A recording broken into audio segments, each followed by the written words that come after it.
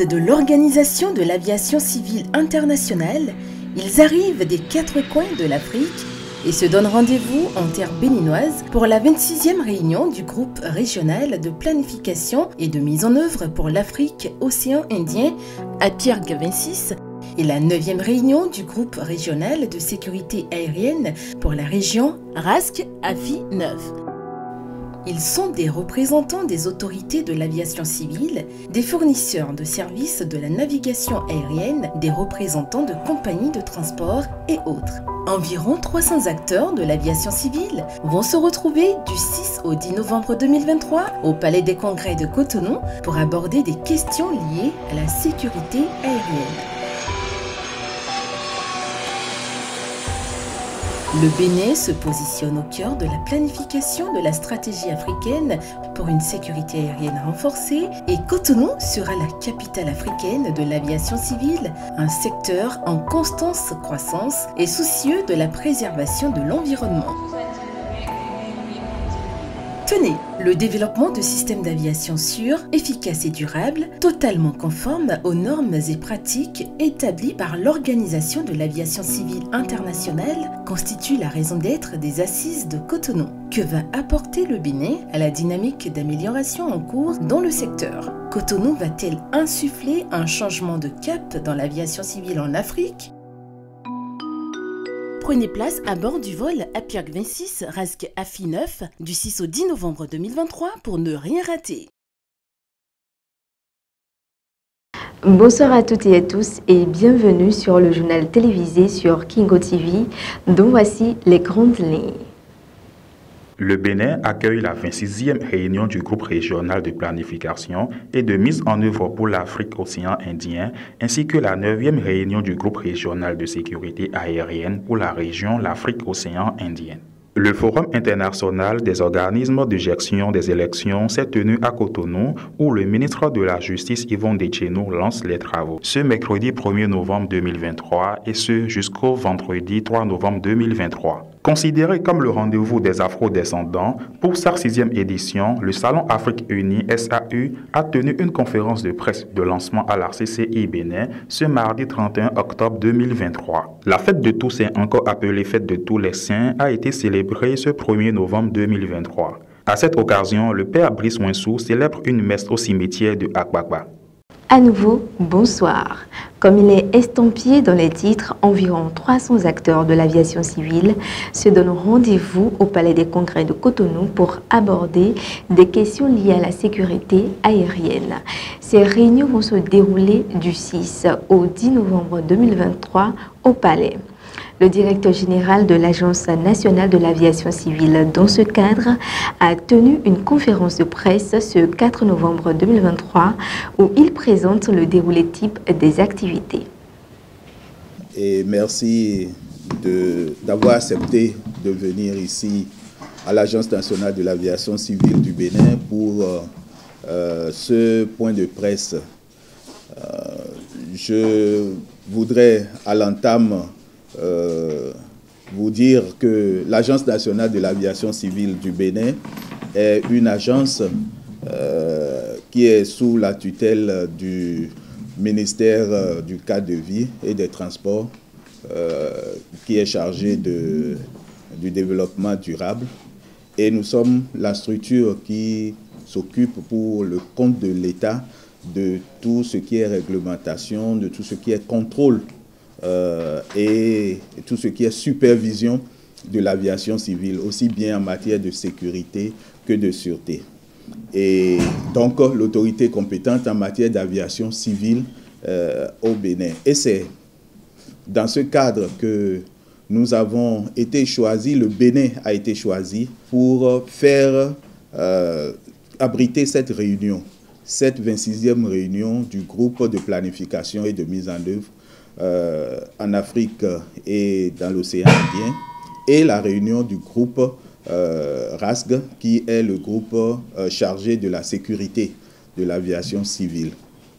Cette réunion est sous l'égide de l'OACI. L'OACI, c'est l'Organisation de l'aviation civile internationale, qui est un organisme spécialisé de l'ONU qui s'occupe des questions d'aviation.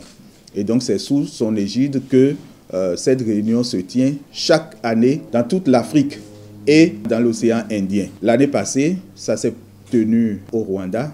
Et cette année, l'OACI a choisi notre pays, le Bénin, en Afrique de l'Ouest, pour abriter cette grande réunion.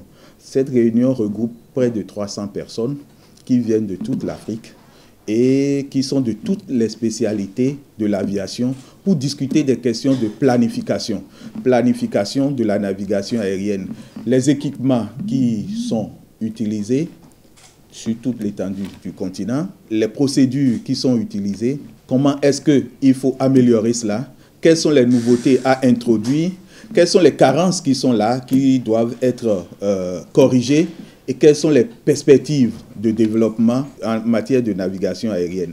Et compléter à cela tout ce qui a trait à la sécurité. L'OACI a un plan pour l'Afrique qui parle de la sécurité de l'aviation civile. Et donc, on va évaluer ce plan-là. Comment est-ce que nous mettons en œuvre ce plan? Est-ce que ça permet d'assurer la sécurité pour que l'avion reste et demeure le moyen de transport le plus sûr qu'il l'est encore aujourd'hui? Nous savons tous que les questions de sécurité ne sont pas négociables. On prend toutes les mesures pour y arriver, mais il y a quelque chose que nous faisons en aviation civile qui est que nous passons de l'étape de réactivité à une étape de proactivité. C'est-à-dire que nous n'attendons pas que les choses viennent pour pouvoir agir. Nous planifions, nous travaillons à ce que tout ceci soit fait, tout ceci soit mis en œuvre avant qu'un événement survienne. Et quand un événement survient, nous avons les moyens de faire face à cet événement.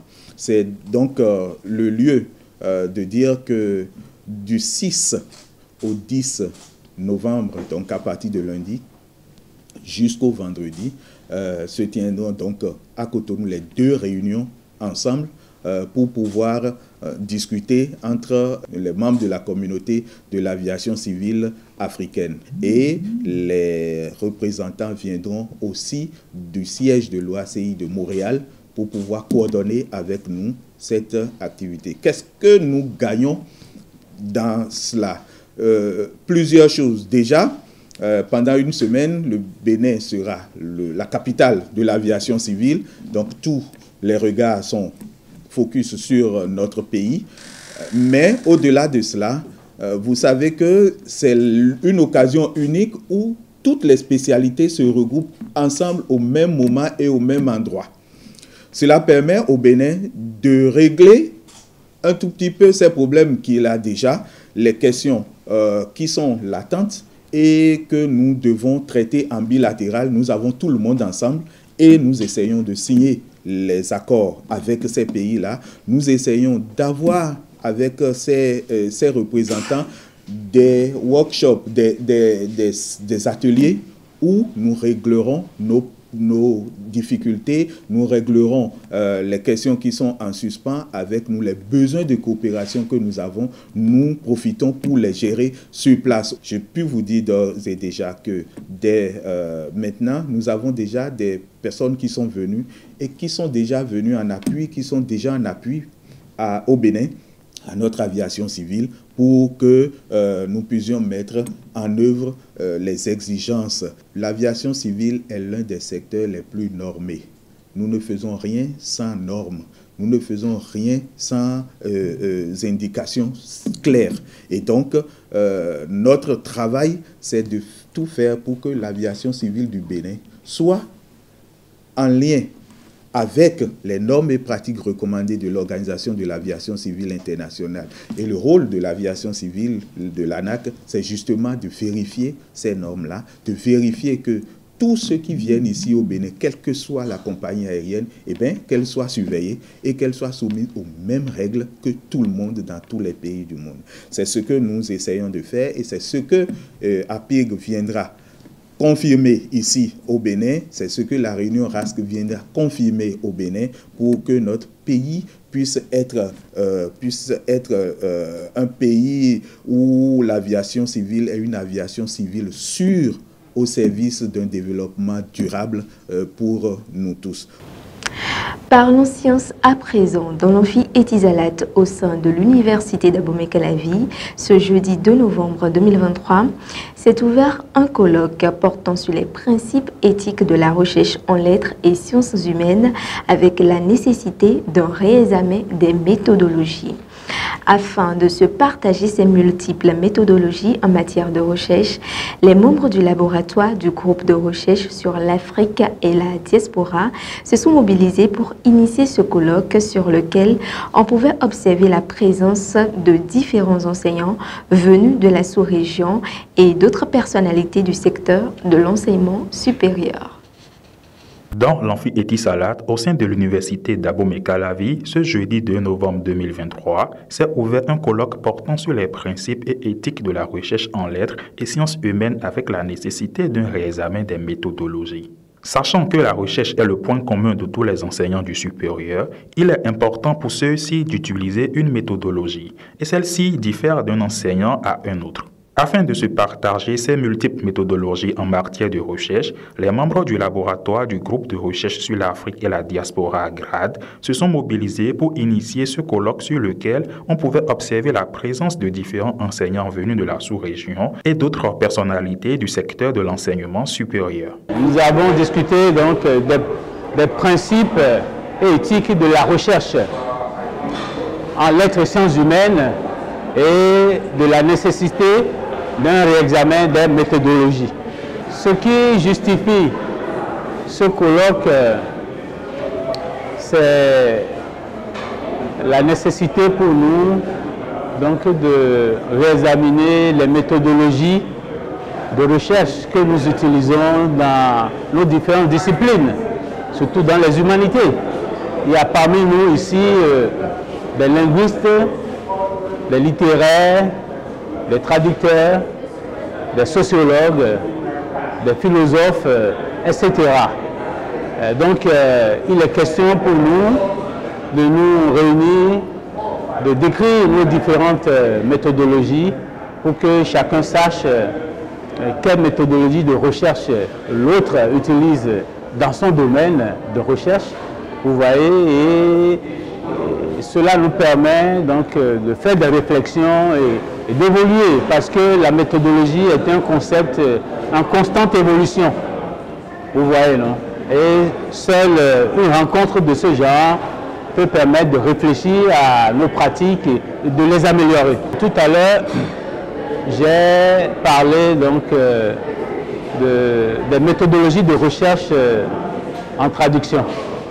Et j'ai mis l'accent sur 4 approches de recherche en traduction. Il y a ce que j'ai appelé product-based approach, participant-based approach, context-based approach et process-based approach. Ce sont 4 approches que nous utilisons donc, en traduction. J'ai également parlé des différents types de recherche que nous utilisons en traduction. Il y a par exemple la recherche empirique, la recherche conceptuelle. Vous voyez, il y a de la recherche évaluative. Il y a plusieurs types de recherche que nous faisons en traduction. Venu du Togo, Ebony Agbo, maître de conférence à l'université de Lomé, et Dr Nouroudine Akondo, maître assistant des études britanniques au département d'anglais de l'université de Lomé, durant ce colloque, ont fait des présentations assez pratiques. De ces présentations, nous pouvons retenir ceci. Moi, j'ai fondamentalement présenté sur le panafricanisme, l'enseignement, et puis les canons des idées occidentales. Voilà la trilogie de concepts que j'ai réunis. Alors, cette trilogie évoque une situation de défi également dont je viens de parler par rapport à l'attitude psychologique que les enseignants, les professeurs d'université ont face à tout cet environnement ou ce contexte de canons occidentaux et puis le panafricanisme qui est en vogue. Ma présentation de ce matin était sur une pièce de théâtre écrite par un auteur britannique dénommé Edward Bond. Le titre de la pièce, c'est Le mariage du pape. Et ma contribution portait sur la lecture de l'absurde dans cette œuvre. Et vous pouvez percevoir que là, déjà, le titre est déjà absurde, parlant du mariage du pape. Et la contribution, c'est en fait une lecture de la pièce, de cette pièce, portant sur des réalités britanniques, de la perspective africaine. C'est-à-dire, la pièce a été lue d'un regard africain. Parce que dans la pièce, nous avons des personnages qui ont presque les mêmes conditions de vie, qui résultent à l'absurde.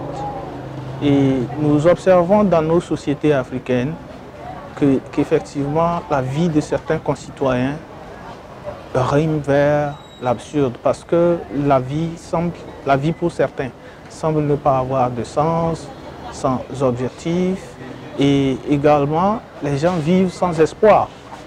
Et ma contribution consistait à relever ces aspects dans l'œuvre et de faire une analogie au contexte africain, à la politique africaine et à la société africaine, afin de montrer en quoi la thématique du colloque qui concerne la méthodologie, en quoi est-ce qu'il faut marquer le pas pour faire en sorte que les théories que nous utilisons, les théories et les approches que nous utilisons pour lire les œuvres littéraires puissent servir au lectorat africain et à nos sociétés africaines. Avec pour objectif principal d'amener tous les enseignants, chercheurs et étudiants à avoir une idée large et à maîtriser presque toutes les méthodologies de recherche, nous pouvons remarquer à la fin de cette première journée de ce colloque l'atteinte de cet objectif de par les propos de Victor Onyor, étudiant en anglais. I participate in this colloquium. I'm so happy to be part of this colloquium, and I gained something important from this colloquium. What I've gained is the methodology, how to work on methodologies, and I met a lot of teachers also. Rappelons que ce colloque scientifique international prendra fin ce vendredi 3 novembre 2023 et cette première journée a permis aux étudiants de bien s'outiller en méthodologie de recherche. Ouvert le jeudi 2 novembre 2023, le colloque scientifique international s'est achevé sur le campus d'Abomey-Calavi ce vendredi 3 novembre 2023.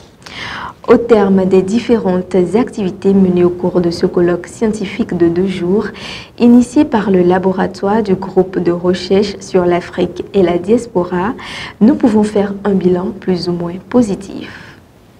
Ouvert ce jeudi 2 novembre 2023, le colloque scientifique international s'est achevé sur le campus d'Abomey-Calavi. Pour ce deuxième jour, de spéciales communications et de différentes présentations sur des thèmes spécifiques ont été faites par des chercheurs dans la salle de formation de l'AUF. Au thème des différentes activités menées au cours de ce colloque scientifique de 2 jours, initié par le laboratoire du groupe de recherche sur l'Afrique et la diaspora GRAD, nous pouvons faire un bilan plus ou moins positif. Nous avons pendant 2 jours parlé de méthodologie. Chaque spécialiste a développé là où les méthodologies qu'il utilise, quand il écrit des articles scientifiques, quand il rédige des mémoires, quand il dirige des mémoires ou des thèses. Vous voyez, non? Donc nous allons faire la synthèse de tout ça. Et chacun saura la méthode, là où les méthodologies qu'utilise l'autre. Et partant de là, nous ferons des comparaisons et peut-être à terme, nous allons inventer de nouveaux paradigmes. Parce que la méthodologie est le socle de la recherche scientifique. Si vous n'avez pas une bonne méthodologie, vous ne faites pas une bonne recherche. Siribi Annie, doctorante venue de l'université Joseph Kizerbo du Burkina Faso, faisant partie des chercheurs du jour, a fait une présentation qui portait sur l'efficacité de l'approche de l'étude mixte dans les recherches par rapport à la traduction. De cette présentation, nous pouvons retenir ceci. J'ai voulu démontrer que la traduction est une étude subjective et quand on parle de méthode scientifique, on a besoin de données qu'on peut collecter, analyser. Donc, comment est-ce qu'on peut concilier en fait le côté objectif à la traduction qui est subjective?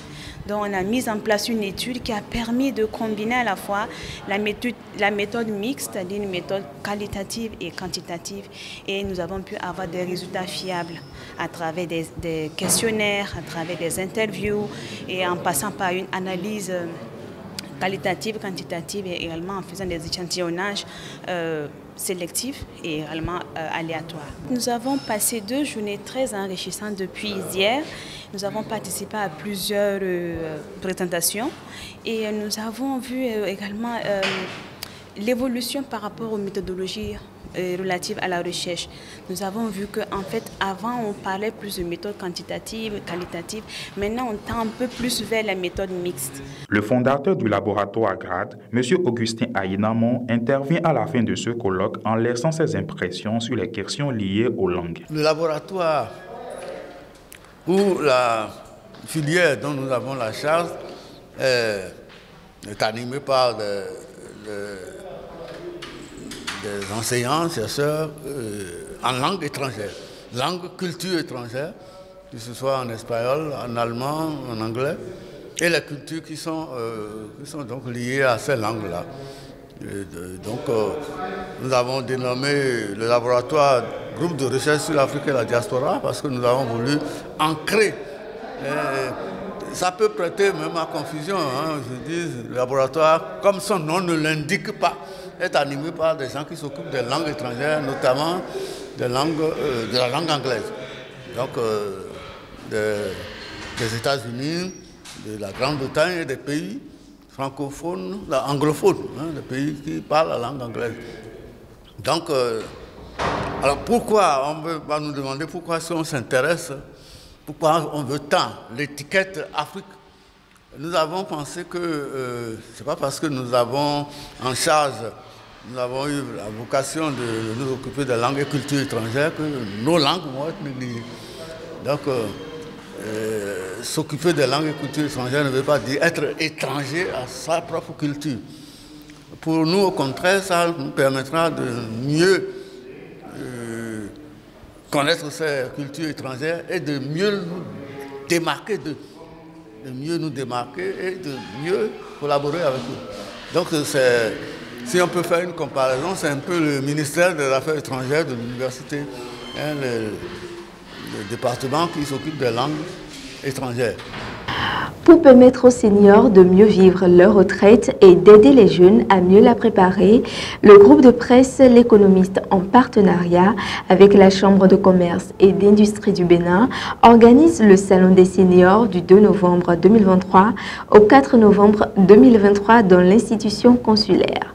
Suivez dans cet extrait le discours d'ouverture du directeur général du groupe de presse L'Économiste au cours de la cérémonie de lancement du salon. Avec au moins 3 décennies de travail, le retraité demeure un trésor de compétences et d'expériences avérées. Et une nouvelle vie devrait s'ouvrir devant lui, à condition qu'il ait les clés d'une retraite confortable, loin du stress et des incertitudes. C'est dans le but d'aider cette catégorie de personnes à avoir une vie épanouis, à continuer d'être des acteurs du développement dans notre pays et à profiter d'une santé bien entretenue que le quotidien L'Économiste, que j'ai l'honneur de diriger, organise ce salon. C'est le lieu d'adresser mes remerciements appuyés à la Chambre de commerce et d'industrie du Bénin qui nous soutient sans réserve, ainsi qu'au gouvernement qui accompagne l'événement à travers le ministère du Travail et de la Fonction publique dont je salue une fois encore le représentant pour sa présence parmi nous. En formulant le vœu que le Salon des seniors comble toutes les attentes des organisateurs, des participants et des visiteurs, je vous renouvelle une fois encore à chacun et à tous ma gratitude pour votre remarquable présence. Le 8e Forum continental annuel des organismes de gestion des élections en Afrique a démarré ce mercredi 1er novembre 2023 et a pris fin le vendredi 3 novembre 2023. Au cours du forum, il était également prévu l'Assemblée générale de l'Association des autorités électorales africaines à Golden Tulip de Cotonou. Reportage. Du 1er novembre au 3 novembre 2023, la Commission électorale nationale autonome, avec l'appui de l'Union africaine et du Centre européen d'appui électoral, a organisé le 8e Forum des associations des organismes électoraux et l'Assemblée générale de l'Association africaine des autorités électorales. Objectif, passer en revue toutes les activités menées depuis la première réunion de l'Assemblée générale à Maputo et des activités menées par le secrétaire général exécutif afin d'établir les perspectives. Les 2 premiers jours, nous avons eu à faire un forum dont le thème principal autour de la gestion des médias. Et comment nous comporter, et comment gérer les médias digitaux et numériques. Le dernier jour aujourd'hui, c'est la réunion de l'association des organismes de gestion des élections et on a adopté un document très important contenant effectivement ces médias. C'est une réunion qui a fait quand même de très bons résultats et les participants ont été satisfaits. Les contributions étaient très importantes et nous pensons qu'il y a de l'espoir pour la suite. Nous avons également aussi, sur le plan africain, eu un tableau global des prochaines échéances électorales en 2024, en 2025 jusqu'en 2026. Et nous avons arrêté d'avoir un comité de solidarité pour aller à chaque fois soutenir le pays qui organise une élection majeure ou bien une élection générale. Tout cela réuni, nous pensons que le séjour de Cotonou a été positif pour les organismes de gestion des élections. Ravi d'avoir participé à ces réunions, le partenaire financier, en la qualité du directeur du Centre européen d'appui électoral, espère encore d'autres coopérations avec la Sénat. On a eu la possibilité d'échanger justement avec la Sénat et donc on est en pourparlers pour voir quel type d'appui, d'espérance comparative, qu'est-ce donc le Centre européen d'appui électoral pourrait amener, même avec nos fonds de propre, ce qui concerne des activités spécifiques sur la communication stratégique, l'éducation civique, la gestion du leadership, toutes ces autres questions qui pourront arriver, pris à être en considération en ce qui concerne l'amélioration de tout ce qui est la gestion électorale qui se développe de jour en jour vu l'utilisation croissante des nouvelles technologies de l'information, même sur la gestion électorale. Nous, comme on dit toujours, ce qui est important, ce n'est pas la technologie en soi, mais c'est la confiance que les différents partis prenants électoraux ils ont sur une commission électorale donc la technologie, si bien utilisée, peut amener des avantages, mais si mal utilisée, peut amener exactement le contraire. Donc il faut faire attention, mais il faut s'en servir. Soulignons que ces assises se sont déroulées au Bénin, plus précisément à l'hôtel Golden Tulip de Cotonou. Encore appelée fête de tous les saints, Toussaint est une fête célébrée chaque 1er du mois de novembre en hommage à tous les saints. À cette occasion, une messe a été célébrée par le père Brice Nwessou au sein du cimetière de Akpakpa ce mercredi 1er novembre 2023.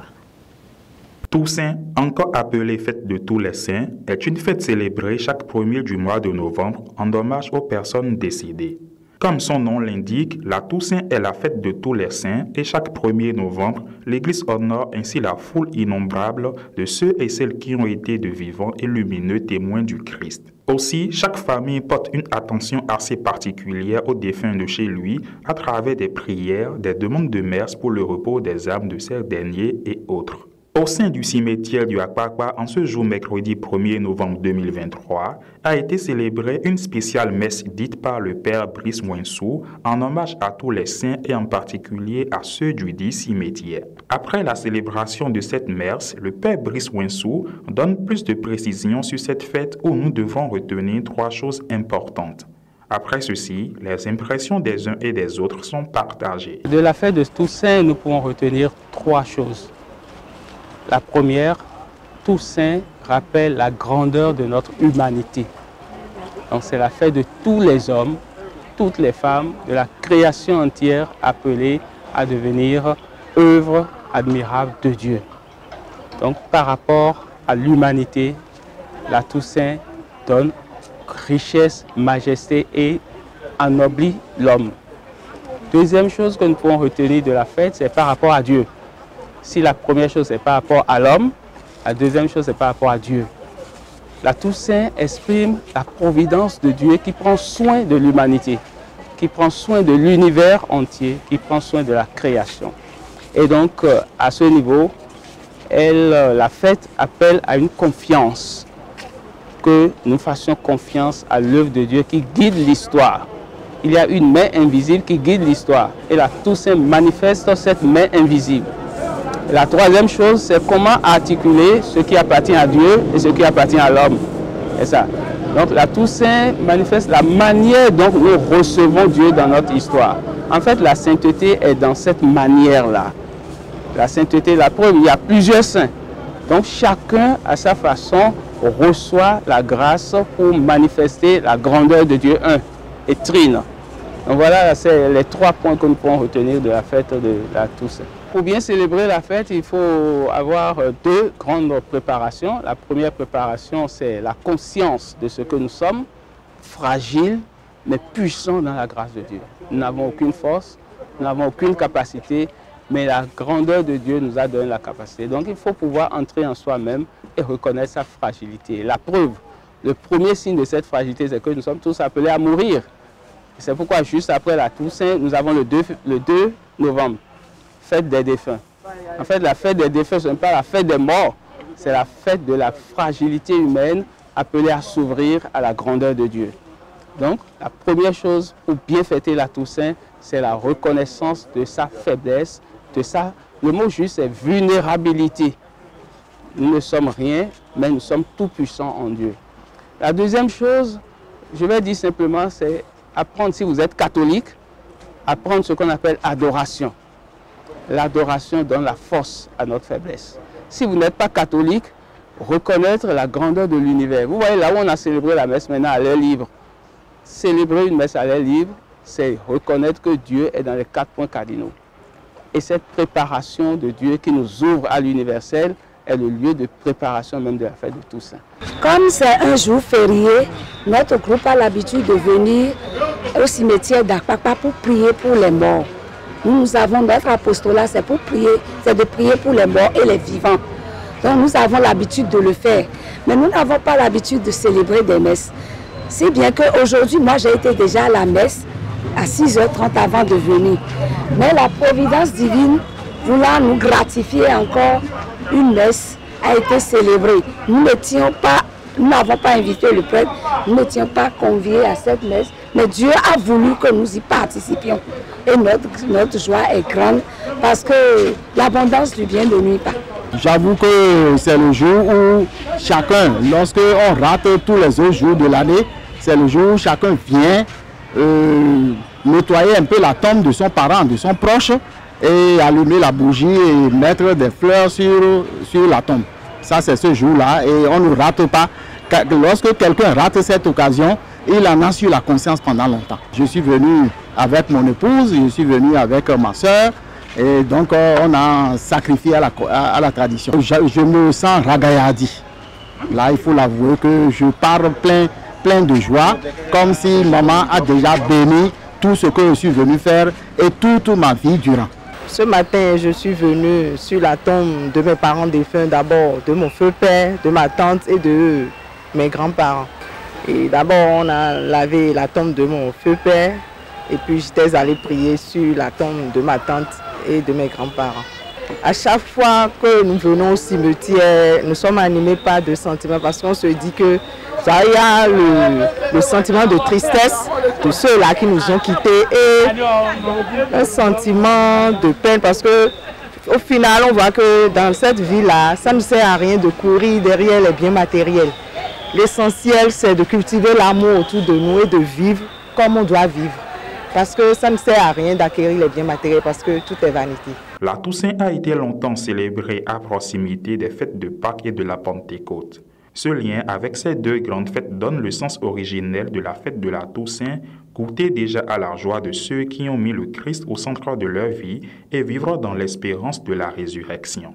Ce mardi 31 octobre 2023, dans la salle de conférence de la Chambre de commerce et d'industrie du Bénin, les organisateurs du Salon Afrique Unie, dont la prochaine édition aura lieu du 9 au 11 novembre 2023 au Palais des Congrès de Cotonou, ont officiellement fait une présentation de la 6e édition de ce rendez-vous des Afro-descendants qui promeut les initiatives d'une Afrique et les Caraïbes qui gagnent.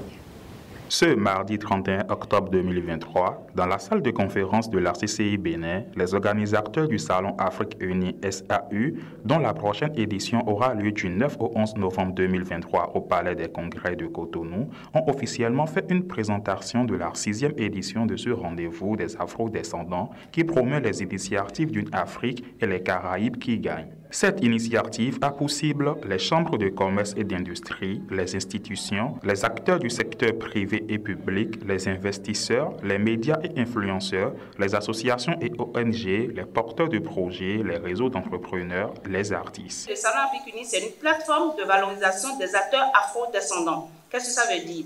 Ça veut dire que vous, moi, on est des personnes qui avons des entreprises peut-être, qui avons des projets, qui avons des talents, mais comme personne ne les valorise ou personne ne les montre, on ne sait pas qu'on a ces talents-là. Et nous, on s'est dit en Afrique, il faut qu'il y ait cette plateforme qui permette à des personnes qui ont des talents, des réussites, de le mettre en lumière pour qu'on montre qu'il y a quand même une Afrique qui marche. Et si on ne le fait pas, comme je l'ai dit tout à l'heure, personne ne le fera à notre place. Et dans le cadre du Salon Afrique Unie qui va se dérouler donc du 9 au 11 novembre au Palais des Congrès, la chance qu'on a également, c'est qu'on a reçu l'autorisation d'utiliser l'esplanade de l'Amazone pour aussi mettre en lumière le rayonnement du Bénin. Donc ce salon se fera sur 2 sites. Le Palais des Congrès de Cotonou pour tout ce qui va toucher les panels, les conférences, les masterclass et le volet animation stand derrière l'esplanade de l'Amazone. Et donc ce projet donc, qui va se dérouler sur 3 jours se fera en 2 phases. Et donc il y a Roland Portela qui est le commissaire du Salon Afrique Unie, vous en dira un peu plus sur le détail et les speakers qu'on aura.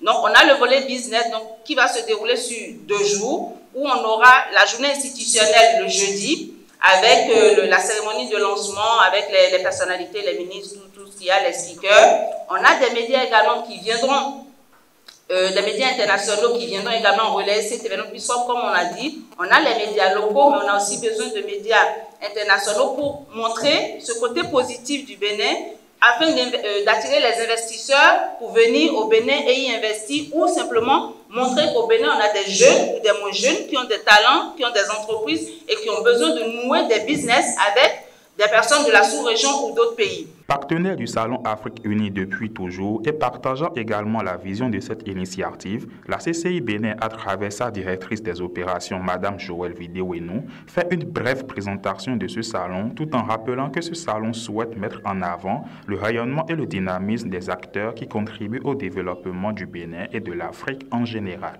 L'événement de ce jour nous permettra d'avoir une meilleure compréhension de ce qu'est le Salon Afrique Unie. En effet, ce salon, plateforme des diasporas africaines en France, se tiendra pour la première fois sur le continent, dans notre cher pays, le Bénin.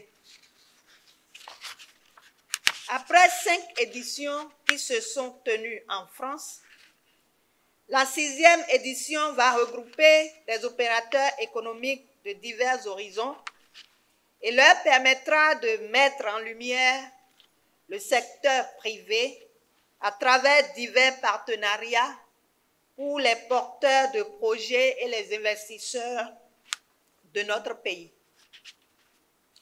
Mieux, le Salon Afrique Unie souhaite mettre en avant le rayonnement et le dynamisme des acteurs qui contribuent au développement du Bénin et de l'Afrique en général.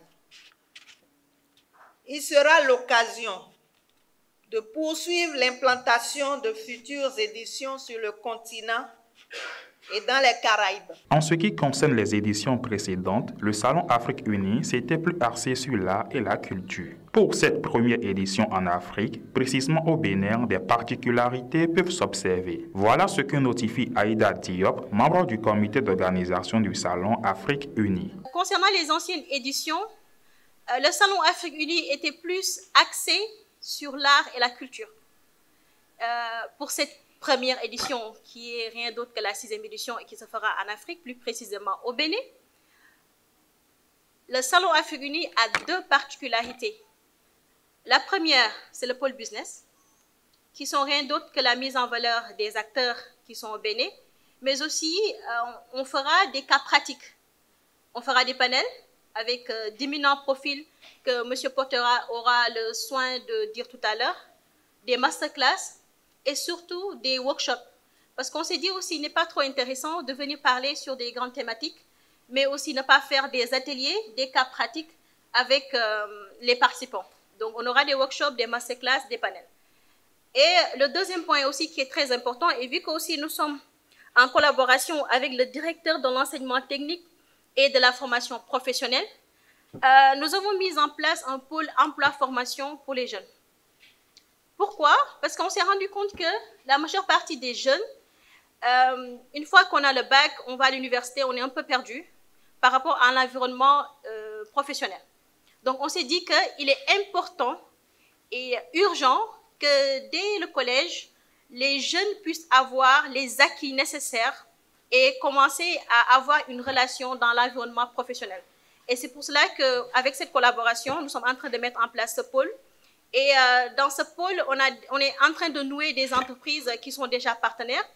Et nous sommes vraiment contents si d'autres partenaires pourront s'y rejoindre dans cette aventure lors du salon afin de nouer cette base solide.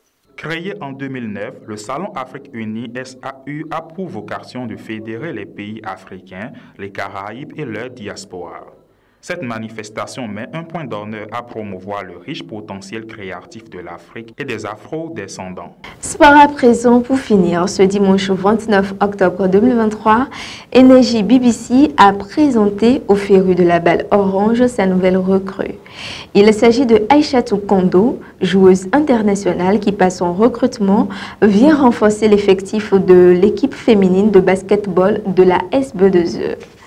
Ceci pour des victoires plus honorifiques lors du championnat qui débutera le 18 novembre prochain. Ce dimanche 29 octobre 2023, Énergie BBC a présenté au féru de la balle orange sa nouvelle recrue. Il s'agissait de Aïchatou Kondo, joueuse internationale qui, par son recrutement, vient renforcer l'effectif de l'équipe féminine de basketball de la SBEE pour des victoires plus honorifiques lors du championnat qui débutera le 18 novembre prochain. D'origine béninoise, Aïchatou Kondo, l'une des meilleures joueuses de basketball, est fière de revenir jouer dans son pays natal. Pour son parcours professionnel riche et inspirant, elle fait ses débuts dans les années 2005 en tant que joueuse de l'équipe Ata Sport du Bénin à Nati Tengu. Au fil des années, elle connaît un progrès assez remarquable sur le plan national en jouant dans plusieurs équipes tout en remportant plusieurs titres. Son aventure prendra une nouvelle dimension à partir des années 2017 et ce jusqu'en 2023 où elle se fera une place bien méritée en France en tant que joueuse professionnelle dans les clubs tels que Al Chazo Fayol de Firmini, l'US Carmo Basketball Club, CA Brave Basketball Club, l'Avenue de Rennes Basketball Club. La présentation de la nouvelle recrue a été faite dans une ambiance conviviale ce dimanche 29 octobre 2023 sur le terrain Énergie à Cotonou en présence de la présidente de Énergie BBC Edwige Adorinzin, de la vice-présidente Constance Merfort, de plusieurs autres responsables, acteurs et férus de la balle au panier. Nous sommes allés vers elle et elle a accepté de venir étoffer notre équipe. Nous en avons vraiment besoin puisque nous avons fait une saison un peu critique et là alors nous avons besoin vraiment des compétences assez renforcée pour atteindre les objectifs qu'on s'est fixés pour cette saison. Et pour finir, je tiens à remercier la SBE, toute la hiérarchie de la SBE, les autorités qui ont compris qu'il faut développer le sport dans notre pays et qui mettent les moyens qu'il faut. Vous avez vu le joyau que nous avons ici, vous avez vu le terrain sur lequel nous sommes actuellement. Si l'entreprise a accepté de mettre les moyens pour développer le sport jusqu'à ce niveau, je ne peux que remercier le directeur général. Je ne peux que remercier le président du conseil d'administration et tous les administrateurs de la SBE pour ce choix qui a été fait. La vision de énergie, comme vous devez le constater, si on est allé chercher cette perle hors du continent africain, c'est non seulement occuper la première place, mais également commencer par faire nos armes pour la campagne africaine. Cela voudra dire simplement que Énergie cette saison ne joue pas au plan national. Énergie a désormais, depuis l'entame des préparatifs, ses yeux hors du Bénin. Et nous comptons vraiment sur vous, Aïcha Koné, pour apporter le meilleur au sein de cette équipe féminine de basketball qui regorge de beaucoup de talents. C'est vrai, elle regorge de beaucoup de talents. Votre touche particulière donnera un autre élan à cette équipe féminine cette saison. C'est vrai que déjà dans l'environnement basketball club, basketball j'allais dire, on se pose plusieurs questions. Aïcha Énergie, qu'est-ce que le championnat va être? Aïcha Énergie, qu'est-ce qu'on peut faire pour la contrer? Aïcha Énergie, est-ce qu'on a encore la chance d'être championne? Aïcha Kondo, tu as tout le mérite, tu as tout le soutien du bureau de Énergie Basketball Club pour porter l'équipe féminine de Énergie sur la toile. C'est notre objectif cette saison et je sais que vous êtes capables autant que vos coéquipiers qui vous entourent aujourd'hui. Moment de joie et de fierté pour celle qui a décidé de quitter son club en France pour mettre ses riches expériences au service de Énergie BBC qui rêve du titre de champion la saison prochaine. Aïcha Kondo manifeste sa joie et montre son assurance auprès de son équipe pour cette nouvelle aventure qui les attend. Mes coéquipières, je connais pour la plupart comme je l'ai dit auparavant. Et je trouve qu'il y a quand même le niveau et qu'on peut tous apporter au basket béninois ou pour les victoires dans le club. Donc moi je pense qu'on formera une bonne équipe quand même pour la saison. C'est mon premier match, on va dire, c'est un entraînement, c'est un match avec eux. Donc on doit prendre le temps de se connaître, d'avoir des automatismes entre nous. Et après ça va se faire. Moi je pense qu'il y a des trucs à faire et on fera une belle saison. Franchement, oui. C'est alors que Faouzia Tiamiou, une des joueuses de Énergie BBC, fait faire des éloges sur la personnalité de sa nouvelle coéquipière Aïcha Kondo. Je remercie beaucoup Aïcha Kondo d'avoir accepté l'invitation d'Énergie pour jouer cette saison avec nous. C'est une joueuse que je connais depuis fort longtemps. Je sais ce qu'elle vaut et je sais que c'est toujours là. Donc elle va beaucoup nous apporter et on va apprendre beaucoup d'elle aussi. De par ce recrutement, il faut avouer que cette année, Énergie BBC rêve grand et se donne tous les moyens pour être championne du Bénin. Sur cette note sportive, nous mettons fin à cette édition que nous vous remercions d'avoir suivi. Prenez le prochain rendez-vous pour d'autres éditions plus alléchantes. Merci et à la prochaine.